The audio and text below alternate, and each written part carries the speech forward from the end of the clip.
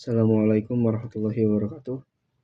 Perkenalkan, nama saya Islami Nabil Salim dari jurusan Bimbingan Konseling Islam dari kelas 1C. Di sini saya akan menjelaskan sedikit tentang sejarah peradaban Islam di Asia Tenggara. Asia Tenggara merupakan salah satu wilayah dengan jumlah penduduk muslim terbesar di dunia.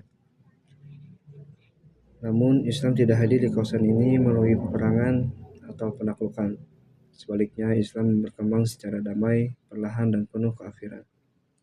Proses inilah yang kemudian membentuk peradaban Islam yang khas, moderat, dan menyatu dengan budaya lokal. Sebelum Islam datang, masyarakat Asia Tenggara telah menganut berbagai kepercayaan, seperti animisme, Jinaisme, serta agama Hindu dan Buddha.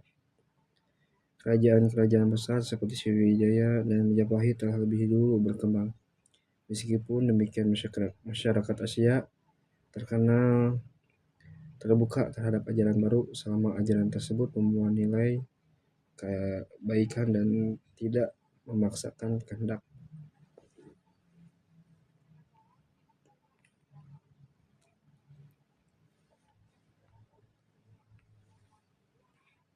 Masuknya Islam ke Asia Tenggara diperkirakan sejak abad ke-7 Masehi. Hal ini sering terjadi berkembangnya jalur perdagangan internasional yang menghubungkan Arab, Persia, India, dan Tiongkok. Para pedagang Muslim singgah di pelabuhan-pelabuhan strategis seperti Aceh, Malaka, dan pesisir Jawa. Mereka tidak hanya berdagang, tetapi juga memperlihatkan akhlak Islam yang jujur, adil, dan amanah. Selain melalui perdagangan, Islam juga menyebar melalui jalur perkawinan. Banyak pedagang dan ulama Muslim yang menikah dengan perempuan setempat, terutama dari kalangan bangsawan. Ketika seorang bangsawan atau raja memeluk Islam, rakyatnya pun ikut mengikuti jalur ini menjadi salah satu cara paling efektif dalam penyebaran Islam.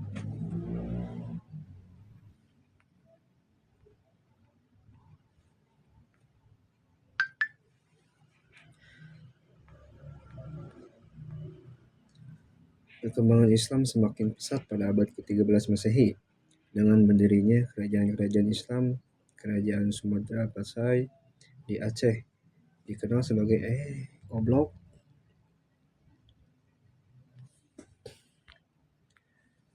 Perkembangan Islam semakin pesat pada abad ke-13 Masehi dengan berdirinya kerajaan-kerajaan Islam.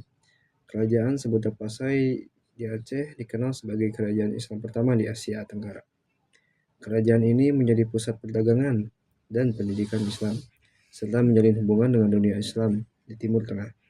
Dari Samudra Pasai, Islam menyebar luas ke wilayah lain di Nusantara. Setelah itu muncul Kesultanan Malaka yang berperan besar dalam penyebaran Islam di Asia Tenggara. Letaknya yang strategis di Selat Malaka menjadikan Malaka sebagai pusat perdagangan internasional sekaligus pusat dakwah Islam. Dari Malaka, Islam menyebar ke Semenanjung Malaya, Kalimantan, hingga berbagai wilayah di Indonesia. Di Indonesia, peran ulama dan wali sangat penting, khususnya Wali Songo di Pulau Jawa. Mereka menyebarkan Islam dengan pendekatan budaya seperti seni wayang, gamelan, dan tradisi lokal Islam.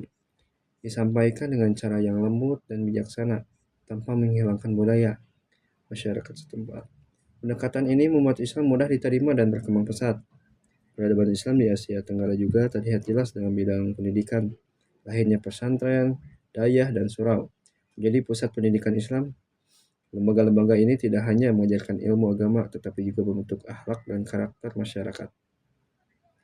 Dari sinilah lahir para ulama dan tokoh Islam yang berperan penting dalam kehidupan sosial dan keagamaan. Dalam bidang pemerintahan, nilai-nilai Islam diterapkan dalam sistem kesultanan. Prinsip keadilan, musyawarah, dan kepemimpinan yang amanah menjadi dasar pemerintahan Islam. Hal ini memperkuat peran Islam tidak hanya sebagai agama, tetapi juga sebagai pedoman hidup bermasyarakat dan bernegara. Hingga masa kolonial, Islam tetap menjadi kekuatan moral dan identitas masyarakat.